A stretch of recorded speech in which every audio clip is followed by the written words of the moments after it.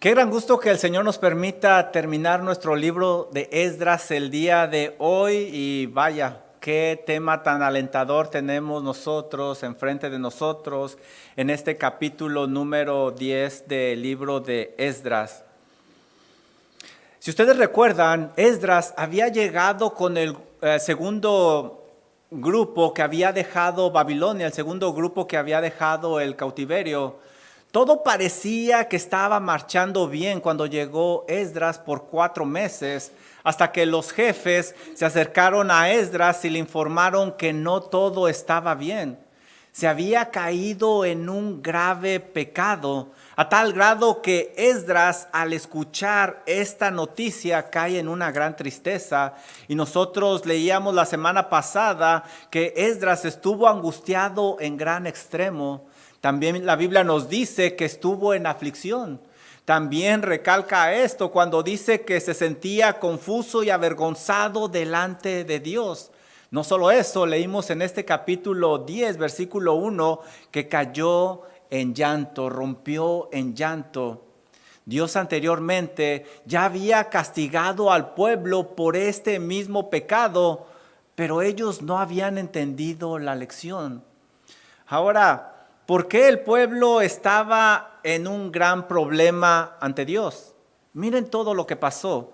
Habían pecado ellos deliberadamente. Ellos sabían exactamente lo que la ley de Dios decía y aún así decidieron ir en contra de ella. Tomaron mujeres de naciones extranjeras, las cuales adoraban a otros dioses. Hicieron alianzas con otras naciones también. No solo eso, también ellos habían sido piedra de tropiezo para muchos. La Biblia nos dice que los líderes fueron los primeros en cometer este pecado tan grave. Los sacerdotes del templo, así como los levitas, los trabajadores, estaban involucrados en este pecado. No solo eso, ellos se atrevieron a dejar a sus familias para unirse con otras mujeres. No fueron fieles al pacto que habían prometido delante de Dios, como lo aprendimos la vez pasada en Malaquías 2:14. Complicaron aún más las cosas porque ellos tuvieron hijos con estas uniones ilícitas, lo cual enredaba a muchísimo más este problema y lo hacía más complicado. Pero sobre todo, ellos habían sido infieles a Dios. Estaban haciendo las mismas abominaciones que hacían los otros pueblos. Le devolvieron mal a Dios por la misericordia y el bien que Dios les había dado. Al ver todo esto, parecía que ya no había ninguna esperanza para esta gente. Quizás tú conoces a alguien que está en la misma situación y tú dices, ya no hay remedio para esa persona. Ese es un pecador empedernecido que no va a dejar su maldad. A lo mejor tú conoces a alguien así, o a lo mejor tú mismo estás en una situación semejante cuando dices, ya no hay esperanza para mí ante Dios. Es en este contexto cuando leemos unas palabras muy impresionantes y valientes de Sedequías en el versículo número 2. Mira lo que dice Sedequías.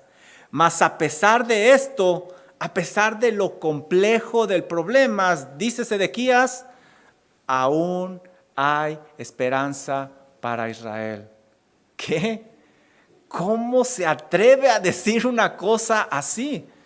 ¿En qué se basa él para afirmar algo semejante? ¿Sabes? Secanías tenía razón. Aún hay esperanza para el más vil pecador. Dice Daniel 9:9 lo siguiente: de Jehová nuestro Dios es el tener misericordia y perdonar, aunque contra él nos hemos rebelado. Nuestro Dios es misericordioso y grande para perdonar, pero hay que buscarlo de la manera adecuada para obtener ese perdón. Y lo primero que vamos a aprender en este capítulo es que para obtener el perdón de Dios y esa misericordia, lo que tenemos que hacer es tomar el camino de la confesión. Observemos el pueblo de Dios cómo confesó su pecado. Mira el versículo número 1, lo que nos dice. Mientras oraba, Esdras y hacía confesión, llorando y postrado delante de la casa de Dios, se juntaron a él una gran multitud de Israel, hombres, mujeres y niños. En este capítulo vemos a Esdras haciendo algo muy importante para lograr esa restauración. ¿Qué está haciendo Esdras? Está confesando el pecado. Otros que cayeron en pecado como David, tomaron este mismo camino de la confesión.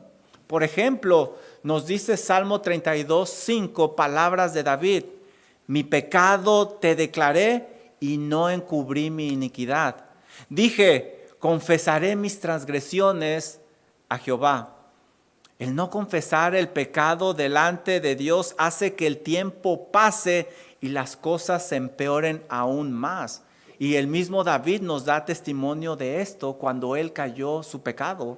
Dice Salmo 32, versículo 3 y 4 lo siguiente. Dice David: mientras callé, se envejecieron mis huesos, en mi gemir todo el día, porque de día y de noche se agravó sobre mí tu mano.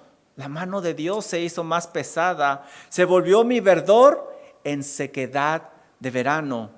Esdras, en cuanto supo la situación del pecado del pueblo, lo confesó ante Dios porque sabía que era muy importante no dejar pasar más tiempo. Para aquel que está en pecado, te digo, querido amigo, querido hermano, no dejes pasar más tiempo, porque la mano de Dios se va a hacer cada vez más y más pesada sobre ti. Toma el camino de la confesión, confiesa tu pecado ante Dios. Mira lo que dice este versículo número 1. Entonces se juntó a él una muy grande multitud de Israel, hombres, mujeres y niños, y lloraba el pueblo amargamente. Es muy interesante la fotografía que yo veo aquí. Gente de todo tipo y de todas edades se juntaron a Esdras y lamentaron con él. ¿Te das cuenta? Qué hermosa fotografía, qué hermosa imagen tenemos aquí de toda una familia yendo a la casa de Dios con sus hijos.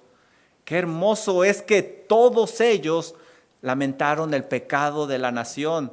Esdras no estaba solo, tenía el apoyo de sus hermanos en la fe, pero me llama mucho la atención que Esdras menciona que también ahí había niños. Por eso yo te recomiendo que hagas parte de tu adoración a toda tu familia. Enséñales sobre el pecado y las consecuencias a aquel que lo comete sin importar la edad. A su nivel, enséñales acerca del pecado. Muéstrales lo importante que es ser parte de una familia espiritual que busca alabar a Dios y apoyar a los hermanos. Esto es lo que vemos aquí. Después de que se reunió el pueblo ahí en el templo, ellos van a trabajar acerca de un plan para solucionar el problema en el que estaban metidos. Mira lo que nos dice el versículo número 2. Entonces respondió Secanías, hijo de Jehiel, a los hijos de Elam y dijo a Esdras: nosotros hemos pecado. Nuevamente confiesa que han pecado. Hemos pecado contra nuestro Dios, pues tomamos mujeres extranjeras de los pueblos de la tierra. Secanías es el que toma el liderazgo para ser la voz de los que se habían reunido con Esdras. Como Esdras, Secanías también se identifica con aquellos que habían pecado, aunque él no había cometido ese pecado.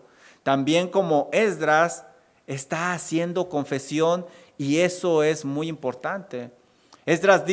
Secanías dice, pues tomamos mujeres extranjeras de los pueblos de la tierra. Al igual que Esdras, él no disfrazó el pecado, sino que lo nombró directamente y dijo lo que era. Dios les había alertado contra la unión con los incrédulos, pero ellos no habían hecho caso. Esta situación era muy seria porque habían dejado a sus esposas y le habían sido infiel a su Dios, quien había sido sumamente misericordioso con ellos. ¿Sabes? Cuando confieses tu pecado delante de Dios, dilo directamente y específicamente. No lo maquilles, no puedes impresionar a Dios, no puedes esconder nada de Dios. Nombra el pecado tal como es. No te justifiques. Como vemos en este texto, el hacerlo no funciona ante Dios y ellos confesaron directamente su pecado. Pero miren lo que dice Secanías. Mas a pesar de esto, aún hay esperanza para Israel. Estas palabras de Secanías son impresionantes para el ojo humano, que es difícil de perdonar.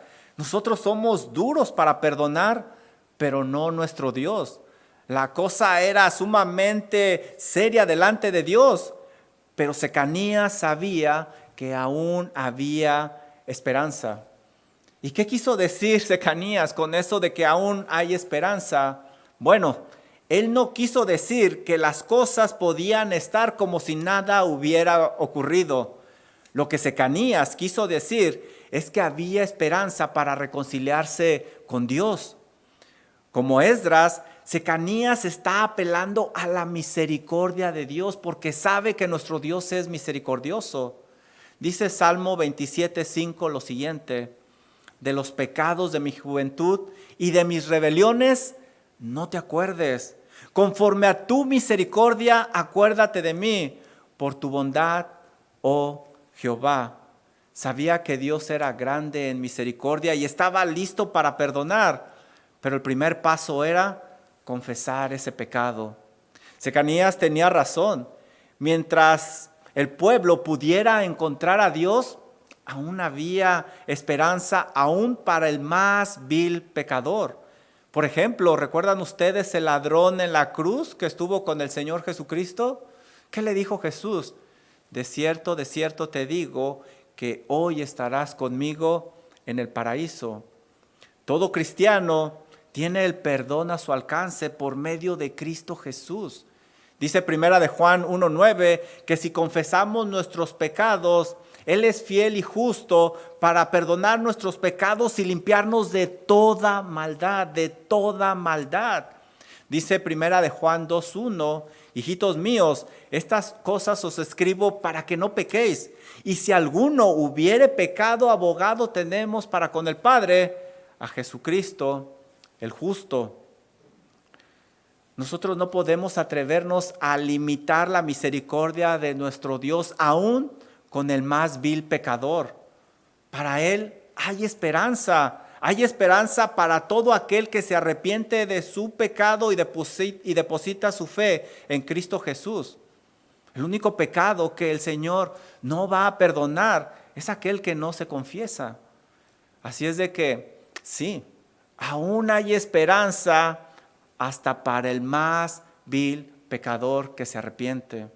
El pueblo había tomado el camino de la confesión, pero eso no era suficiente. Había que dar un paso más. Este camino de la confesión los iba a llevar a la puerta del arrepentimiento y había que cruzarla. Observemos cómo el pueblo muestra realmente un arrepentimiento mediante una acción. Y este va a ser nuestro punto número 2. Cruza la puerta del arrepentimiento. Mira lo que vemos en el versículo número 3. Ahora pues, hagamos pacto con nuestro Dios. Era momento de demostrar que esa confesión era verdadera. Las palabras que estaban diciendo ellos tenían que impulsarlos a una acción que mostrara un verdadero arrepentimiento. Por eso estaban dispuestos a hacer un compromiso serio con Dios mediante un pacto. La idea de hacer un pacto era comprometerse con toda la seriedad de vida. Miren lo que dice el versículo número 3, y es un versículo muy difícil para digerir. Despediremos a todas las mujeres y los nacidos de ellas, según el consejo de mi Señor. Es decir, Esdras había aconsejado, y de los que temen el mandamiento de nuestro Dios. Como puedes ver, la solución no iba a ser nada sencilla, porque cada gran pecado genera un gran dolor y una consecuencia aún mayor. Ellos debían de divorciarse de las familias que habían formado. Sin duda, los niños no tenían culpa de esto, pero su pecado afectó a sus seres queridos y traería mucha tristeza. Ellos deberían de haber pensado en todas estas consecuencias antes de cometer este pecado. ¿Sabes? Es claro, la desobediencia a Dios siempre acarrea consecuencias muy dolorosas. Lo peor es que esas malas decisiones van a afectar primero a los más cercanos y les van a causar un gran dolor. Dios perdona, pero ¿sabes? Las consecuencias son irreversibles. Miren lo que va a hacer el pueblo. Dicen ellos, y hágase conforme a la ley. Lo mejor de esto es que la solución no venía de la imaginación del hombre o la mente maestra humana, sino venía directo de la palabra de Dios. Si ellos seguían las escrituras, no habría ningún margen de error. Ellos estaban obedeciendo lo que la Biblia decía en Deuteronomio. Deuteronomio 24:1 dice lo siguiente: cuando alguno tomare mujer y se casare con ella, si no le agradare por haber hallado en ella alguna cosa indecente, le escribirá carta de divorcio y se la entregará en su mano y la despedirá de su casa. En este caso específico, la indecencia era que las esposas eran idólatras y que eran impuras. Aun cuando Dios aborrece el divorcio, como lo dice Malaquías 2:16, esta solución causaría menos dolor.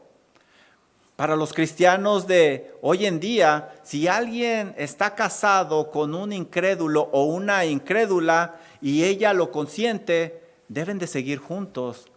Dice 1 Corintios 7, versículos 12 y 13 lo siguiente: y a los demás digo yo, no el Señor, si algún hermano tiene mujer que no sea creyente y ella consiente en vivir con él, no la abandone.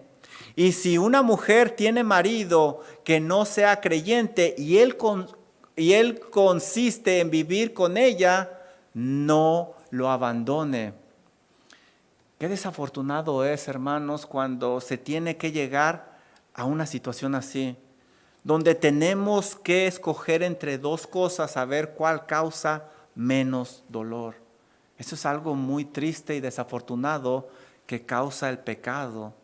Por eso debemos de tener cuidado, porque el pecado causa un gran dolor con consecuencias irreversibles.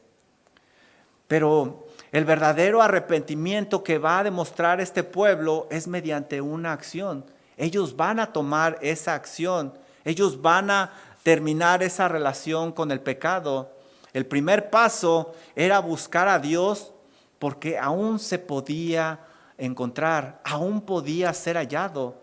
Miren lo que dice Isaías 55, versículos 6 y 7.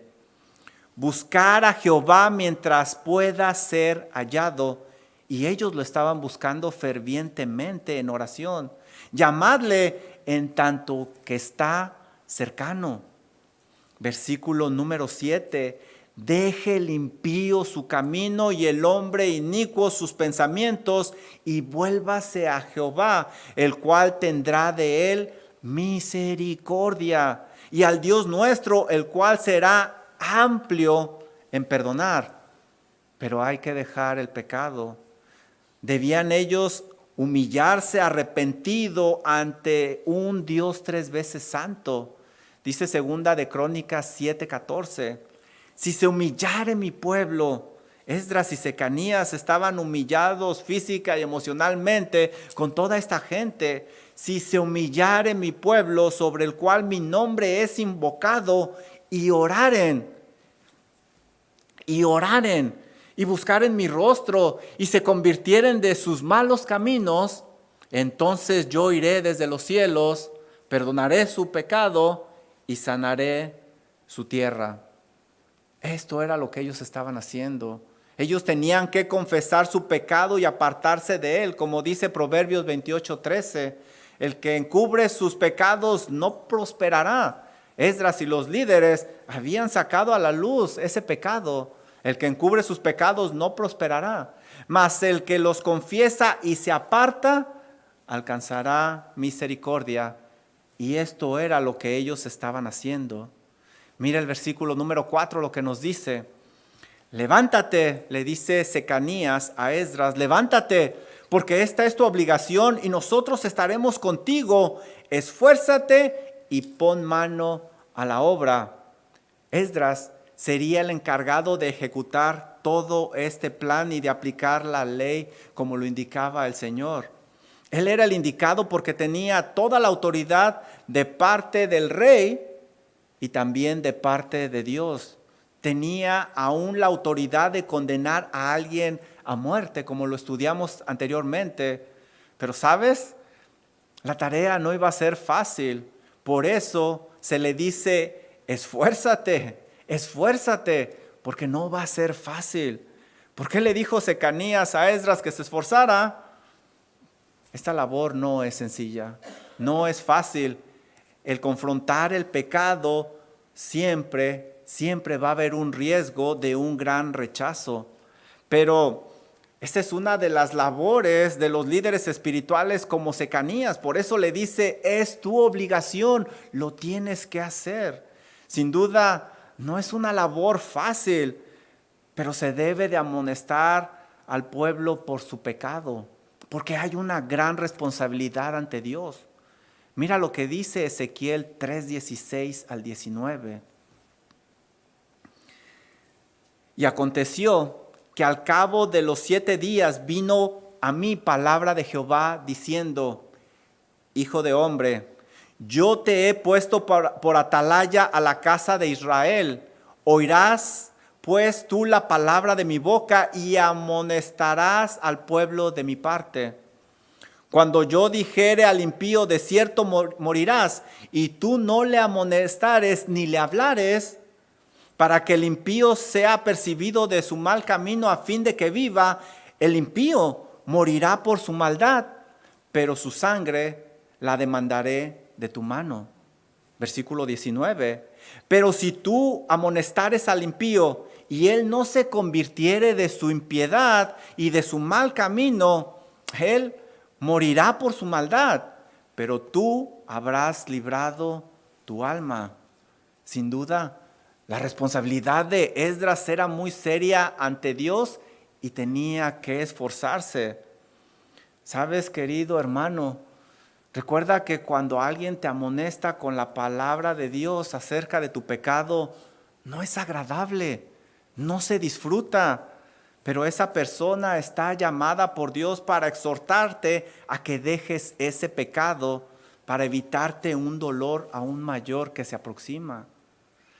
Ahora, ya con un plan definido, se buscaría que todo el pueblo se comprometiera a obedecer para acabar con el pecado. Miren lo que dice el versículo número 5. Entonces se levantó Esdras y juramentó a los príncipes de los sacerdotes y de los levitas y a todo Israel que se haría conforme a esto, y ellos juraron. Todos estuvieron de acuerdo en hacer un compromiso serio delante de Dios. Ahora, el siguiente paso sería dar a conocer este plan al resto del pueblo para que se reuniere. Por eso van a ver ustedes en los versículos siguientes cómo planearon reunir a toda la gente. Miren el versículo 7. E hicieron pregonar en Judá y en Jerusalén que todos los hijos del cautiverio se reuniesen en Jerusalén, y que el que no viniere dentro de 3 días conforme al acuerdo de los príncipes y de los ancianos, perdiere toda su hacienda, y el tal fuese excluido de la congregación de los del cautiverio. El siguiente paso era reunir a todo el pueblo y dar a conocer la noticia. El pueblo se tenía que reunir y solo tenían 3 días para hacerlo. No importaban sus compromisos o lo que ellos tenían que hacer. Lo importante era estar ahí en esa reunión. De otra forma, ellos serían castigados. Podían perder sus casas y aún podrían ser desterrados de la congregación. Ahora, los líderes se habían puesto duros con el pueblo porque querían quitar ese pecado. Era más importante obedecer a Dios que hacer cualquier otra cosa. Y aquí yo pienso que la Biblia nos está hablando claramente. Cuando hay pecado en tu vida, busca remediarlo lo más pronto posible. Todo lo demás debe de esperar. Lo importante es de que estés bien con Dios. Y es lo que los líderes están impulsando al pueblo a hacer. Al recibir la noticia, todas estas familias se reunieron ahí en el templo con Esdras y con el resto de los líderes. Miren el versículo número 9.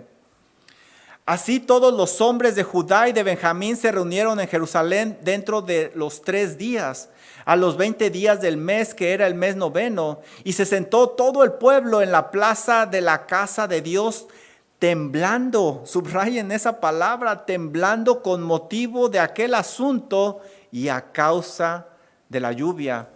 Esta no iba a ser una reunión placentera, era una reunión llena de tensión. La gente temblaba por 2 razones. Una, por el frío de la lluvia que estaba cayendo. Y si está en la Biblia, yo no creo que esa lluvia fuera coincidencia. Y número 2, porque el tema que se iba a tratar era demasiado serio. Y así es como se debe de tratar el pecado. Versículo 10. Y se levantó el sacerdote Esdras y les dijo: vosotros habéis pecado por cuanto tomasteis mujeres extranjeras. Esdras nuevamente va directo al punto y les dice al pueblo cuál era el problema, cuál era su pecado: casarse con mujeres extranjeras, y eso iba directamente en contra de la ley de Dios. Dice Deuteronomio 7:2, y cuando Jehová tu Dios haya entregado estos pueblos delante de ti y los hayas derrotado, los destruirás del todo y no harás con ellos alianzas. Es decir, no hagas ninguna relación con estos pueblos, ni tendrás de ellos, estos pueblos, misericordia. Versículo 3. Y no emparentarás con ellas, no darás tu hija a su hijo, ni tomarás a su hija para tu hijo. Ellos habían hecho estas relaciones tomando mujeres paganas. Versículo 4. ¿Por qué? Porque desviará a tu hijo de en pos de mí y servirá a dioses ajenos. Y el furor de Jehová se encenderá sobre vosotros y te destruirá pronto. Ellos sabían que el furor de Dios ya estaba encendido. Versículo número 11.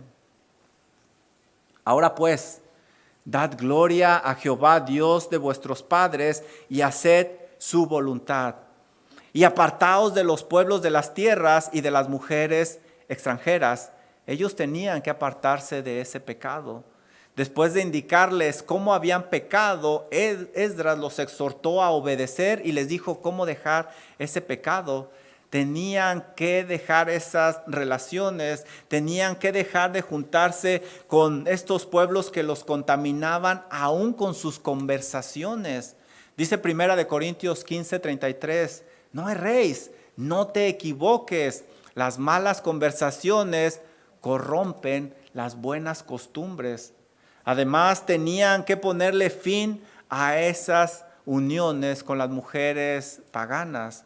Dice 2 Corintios 6:14, no os unáis en yugo desigual con los incrédulos, porque qué compañerismo tiene la justicia con la injusticia y qué comunión la luz con las tinieblas. Al corregir el mal camino que se había tomado, habría que tomar pasos muy difíciles y sobre todo dolorosos. Pero más difícil y más doloroso hubiera sido soportar el furor de un Dios 3 veces santo. Si estás en pecado, corrige el paso ahora mismo. No esperes más. Entre más tiempo pasa, más difícil se va a hacer. Versículo número 12. Y respondió toda la asamblea y dijeron en alta voz: así se haga conforme a tu palabra. Ellos estuvieron de acuerdo. Lo siguiente que hicieron fue organizar cómo iba a identificar a estas parejas que habían caído en pecado. Versículos 15 nos dice algo, que hubo un poco de oposición. Solamente Jonatán, hijo de Asael, y Jaasías, hijo de Ticva, se opusieron a esto, y los levitas Mesulam y Sebataí les ayudaron.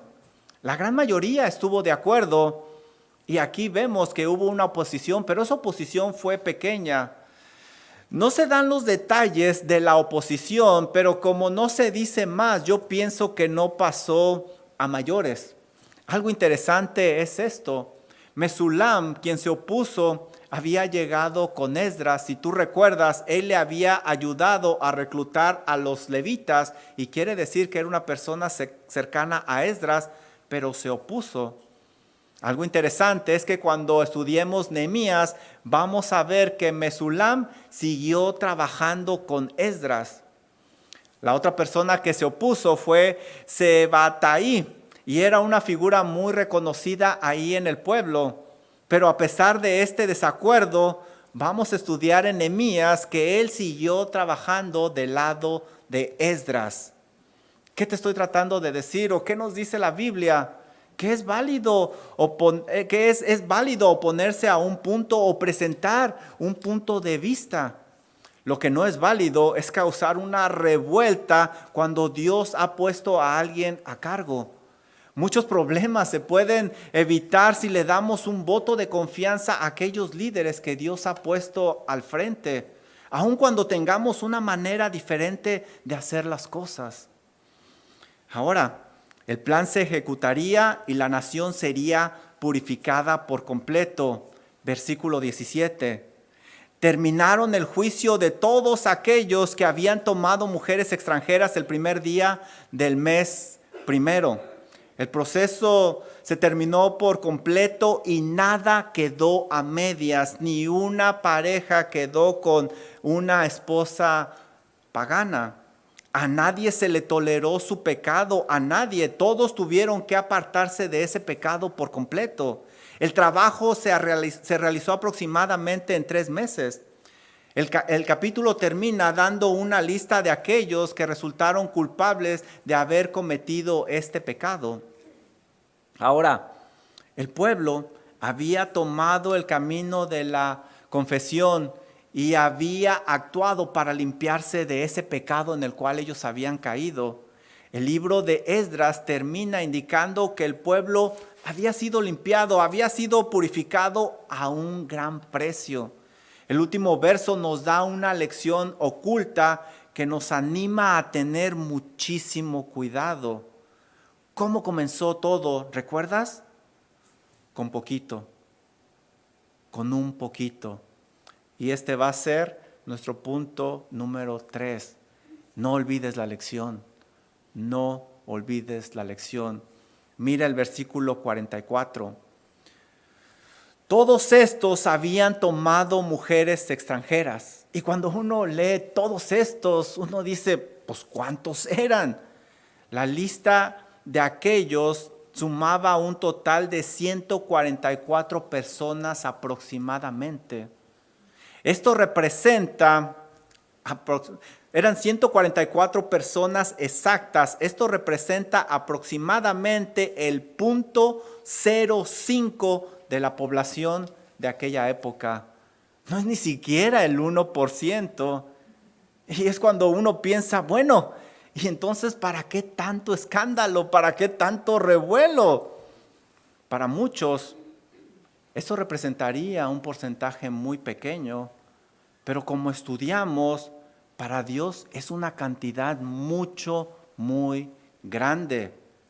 Dice Levítico 11:44, porque yo soy Jehová vuestro Dios, vosotros por tanto os santificaréis y seréis santos, porque yo soy santo. Así que no contaminéis vuestras personas.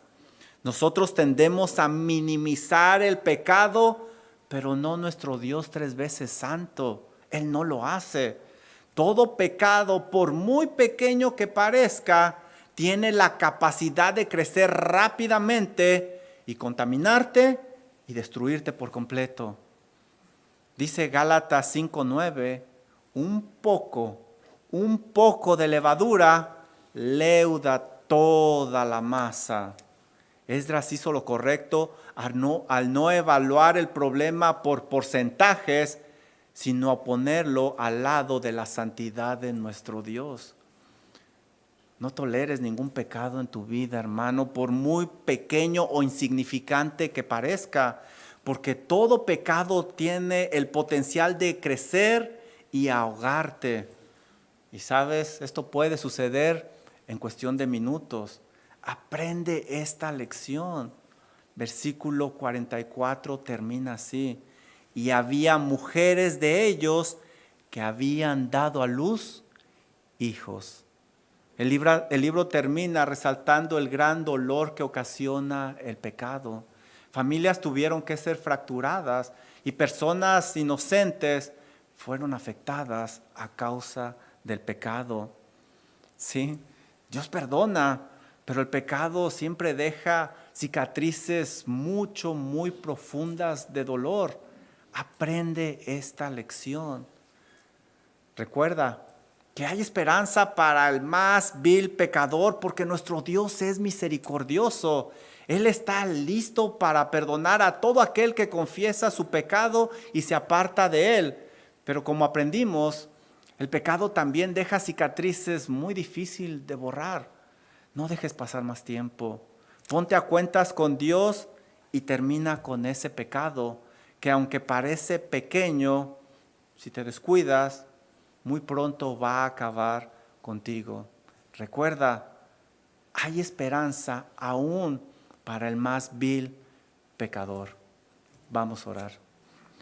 Amado Señor y Dios y Padre Celestial, qué privilegio es leer este texto, aunque, Señor, es difícil porque vemos lo que causa el pecado, ese gran dolor, esas fracturas, Señor, esas familias, pero así es el pecado. Engaña, ciega a las personas y desafortunadamente causa mucho dolor. Pero Padre Celestial, qué privilegio, qué gran gusto que nuestro Señor Jesucristo es nuestro abogado, es nuestro intercesor. Ciertamente, muchos hemos caído en pecado. Gracias por nuestro Señor Jesucristo, que Él es el camino para el perdón. Padre Celestial, yo oro para que este mensaje llegue a lo más profundo de nuestros corazones, para que sea una gran alerta de no caer en el engaño del pecado. Y si en esta noche alguien está entre nosotros y está en las garras del pecado, Padre Celestial, tenga misericordia de esta persona, que confiese su pecado y que se aparte de él, Señor. Obre en su vida, por favor, para que esa venda de los ojos caiga. Pero sobre todo oro por aquellos que no tienen una relación personal con usted, para que den ese paso de arrepentimiento a causa de su pecado y pongan su fe en Cristo Jesús, quien murió en la cruz para perdón de pecados. Gracias, Señor, por permitirnos terminar este gran libro de Esdras, y ahora pedimos, Señor, que todo esto que hemos aprendido caiga en tierra fértil y que lo podamos poner en obra y que podamos vivirlo para darle con nuestra vida todo el honor y toda la honra que usted se merece. Oramos en los méritos de Cristo Jesús. Amén. Amén. Por favor, póngase de pie. Y no hay mejor lugar donde podemos construir nuestra vida que en el Señor Jesús, así que vamos a cantar este hermoso canto.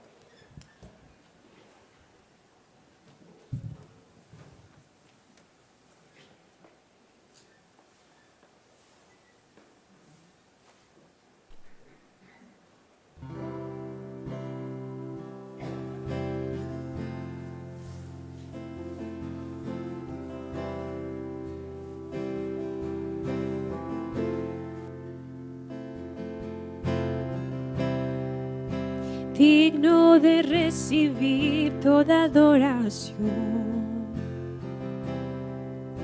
digno de recibir hoy esta canción,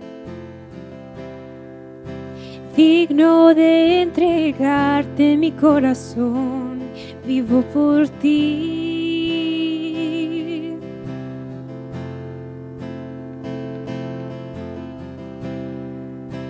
Cristo Jesús, no hay otro nombre igual. Cristo, no hay nadie más que pueda salvar. Digno de entregarte mi corazón, vivo por ti, vivo por ti.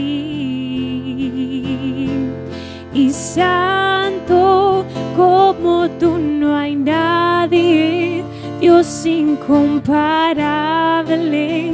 Abre tú mis ojos, Cristo, quiero conocerte más y ser lleno de ti hoy y llevar tu amor al mundo.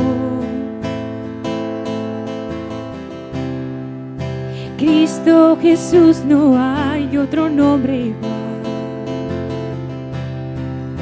Cristo, no hay nadie más que pueda salvar. Digno de entregarte mi corazón, vivo por ti, vivo por ti. Y santo como tú no hay nadie, Dios incomparable. Abre tú mis ojos, Cristo, quiero conocerte más y ser lleno de ti hoy y llevar tu amor al mundo.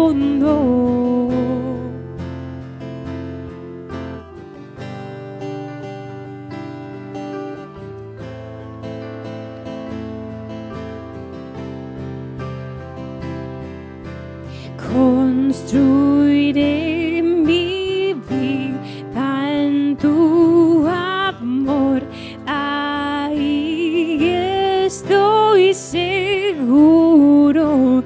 Mi confianza está en ti, Señor, y no seré movido.